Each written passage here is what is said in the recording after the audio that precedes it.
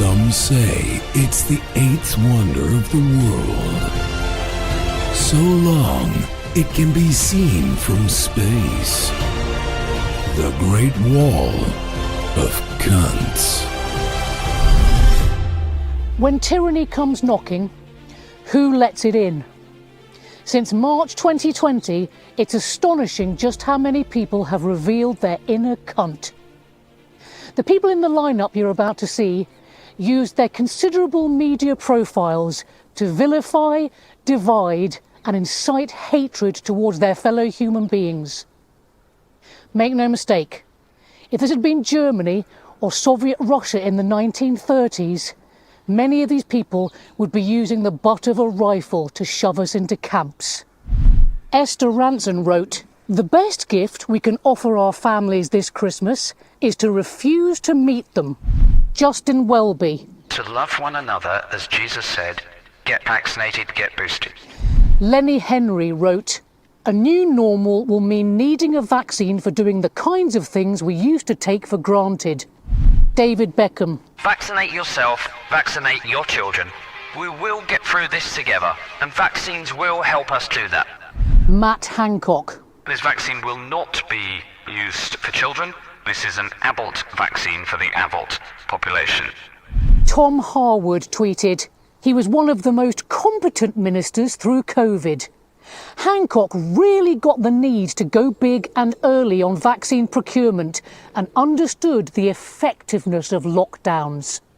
Dr. Sarah Kayat. After 12 days from the first vaccination of the AstraZeneca vaccine, you are 100% effective against hospitalization and death.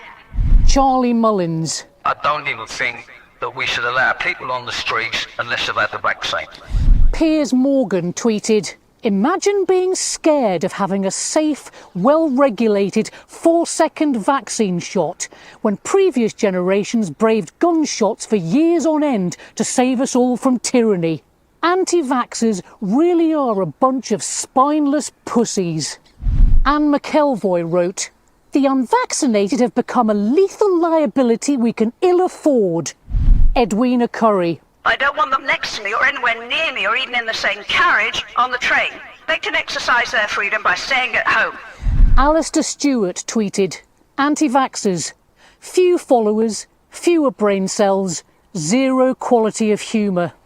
Benjamin Butterworth. There should be a lockdown for the unvaccinated because they're the people that are going to burden the NHS. Kelvin Mackenzie tweeted, "I'm massively hostile to the anti-vaxxers. Love the Singapore idea of making them pay for their hospital treatment." Nick Ferrari. If you willfully oppose now, by the end of the year you'll be spending about £1,000 and that might cut through your ignorance. Angela Epstein. Vaccine refusers, they're selfish, morally repugnant, irresponsible people who are enjoying their freedom because the rest of us are being vaccinated. Jeremy Vine said, "We either allow this or we end up holding people down and jabbing them by force."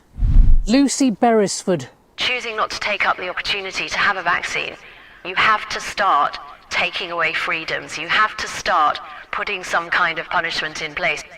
Andrew Neil wrote, "It's time to punish Britain's 5 million vaccine refuseniks. They put us all at risk of more restrictions, so why shouldn't we curb some of their freedoms?" Dr. Hilary Jones. The vast majority of doctors and scientists think the science is plenty strong enough to support vaccination and mandatory vaccination for NHS staff. Yasmin Alabai Brown. Those who haven't had jabs but could have jabs need to have a badge saying unjabbed, and I would not let them treat me. John Gaunt tweeted, "Time to stop all anti-vaccine nonsense now. All NHS UK and care staff sacked if they refuse vaccine. Let's stop talking and get COVID-19 passport in place. And let's vaccinate 12 to 17-year-olds. Carol Malone. Giving up your human rights is justifiable. It's justifiable to take away a person's bodily autonomy when you have a global pandemic. Oh, and one more. Dr. Asim Malhotra. I always act from a position of integrity. It wasn't even conceivable that this could do so much harm. Never forgive, never forget. Never again.